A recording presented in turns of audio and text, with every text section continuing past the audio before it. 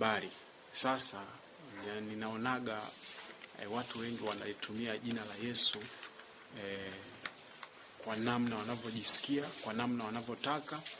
Ukitaka jina la Yesu lilete matokeo kwenye kile unachokiomba au kile unachokifanya, kwanza, jambo la kwanza, uwe na imani juu ya Kristo. Umwamini Kristo kwamba ni yeye yule ndiye mkombozi wa maisha yako, ni Bwana na Mwokozi wa maisha yako. Kitu cha pili, lazima uwe na imani thabiti juu ya Kristo kwamba anaweza kufanya lile unaloliomba.